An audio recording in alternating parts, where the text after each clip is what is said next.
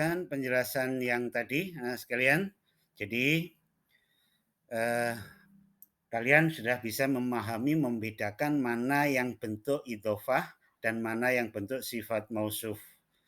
Jadi kelompok yang kanan ini kalimat yang salah satu unsurnya mubtada atau khobarnya merupakan idhofah.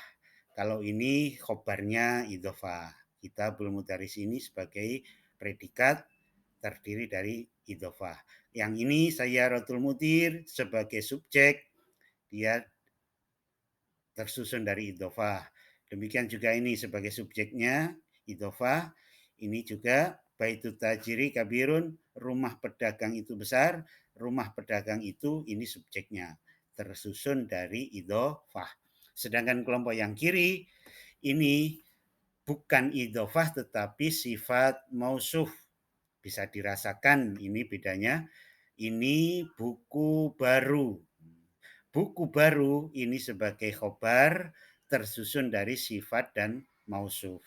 Sifat itu kata sifat, mausuf itu yang disifati. Ini sifat jadidun, yang disifati apa? Yang baru, buku. Nah, kitabun.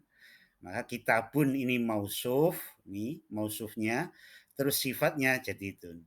Demikian juga ini as-sayyaratul jadidatu, mobil yang baru itu milik kepala sekolah. Nah, mobil yang baru itu ini sebagai subjek atau mubtada.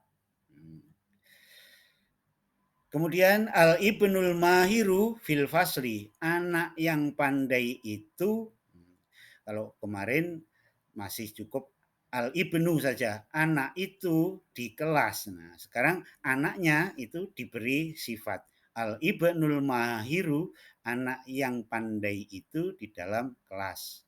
At-tajiru fil baitil kabiri, pedagang itu di dalam rumah yang besar.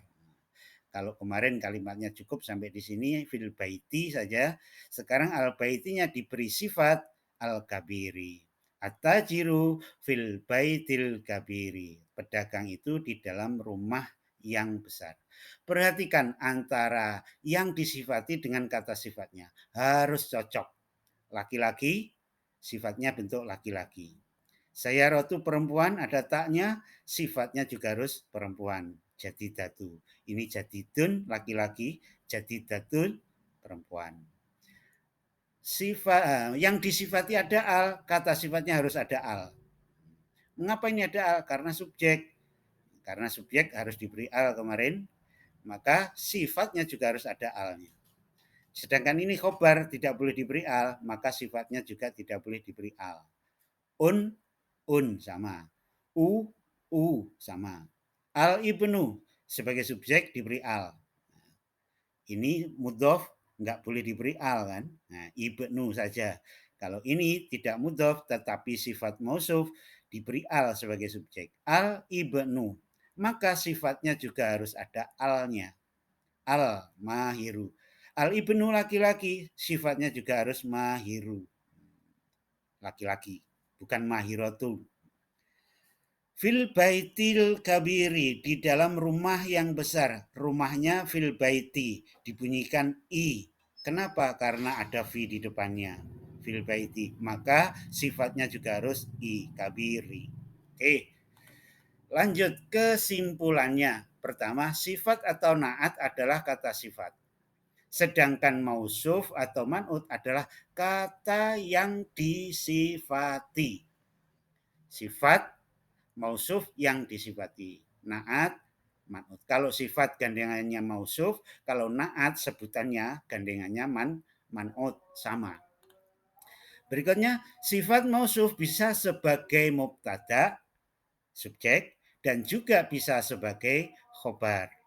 Seperti contoh tadi. Berikutnya, sifat atau naat harus sesuai dengan mausuf atau man'utnya atau kata yang disifati dalam hal mudzakkar muannas, laki-laki perempuan. Kalau yang disifati laki-laki maka sifatnya juga harus laki-laki. Kalau yang disifati perempuan muannas maka sifatnya juga harus perempuan. Ada al atau tidaknya. Kalau yang disifati